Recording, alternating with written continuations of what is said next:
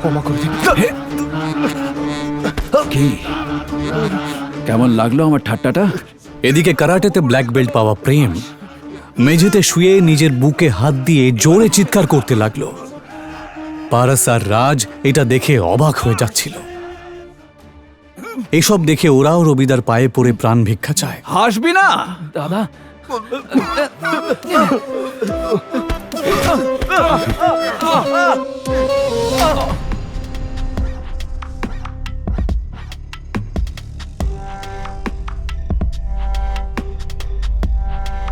ওঠাতে পারছিস না?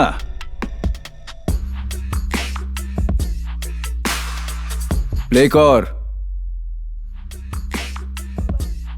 মার। সবাই এবার চিৎকার করে কাঁদতে লাগে।